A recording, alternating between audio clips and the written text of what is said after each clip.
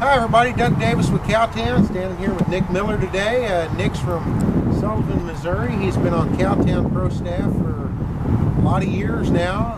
He's run a lot of his own boats. He's run several of our, what we call our demo boats, sponsored, runs a lot of tournaments, does a lot of catfishing.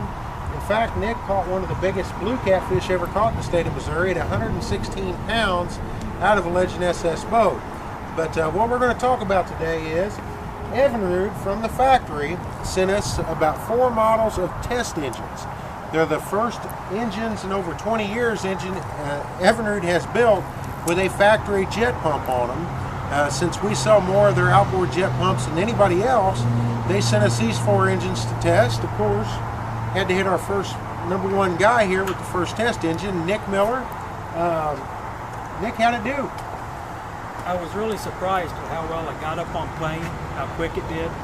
This is an 1852 boat, full decking, a lot of weight in it, 3 batteries, full tank of fuel. You have the live well with water in it, another person, all of their fishing gear, and it jumped right up on plane.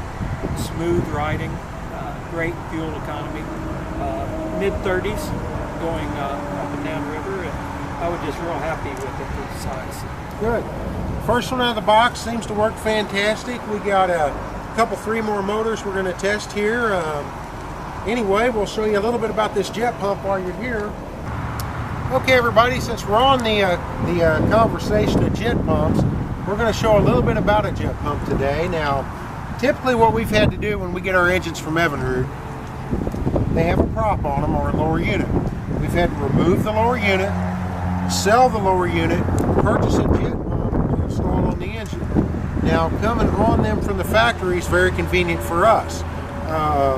Very convenient. Now, the way the pump actually works is you have a shoe down here with grates in it that keep any major big debris from coming into the engine. Now, inside there is an auger. Now, these have no gears in them. As long as that engine is running, the auger is turning. So what it does is it pulls water in here, condenses it down, high pressure, and what it does is, this is where the exhaust comes out. Around the edges here is where the water pumps out.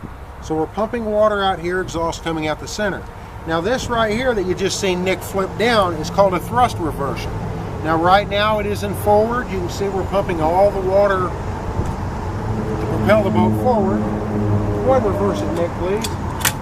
Now we're in reverse. Now it's just like a thrust reverser on a jet airplane. We still have a hole here to let the exhaust come out, but this is a ramp. It's catching the water it's pumping and pushing it back forward, which is giving us a reverse.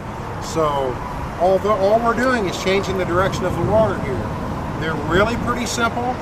They're pretty bulletproof. They're good stuff. They're tough.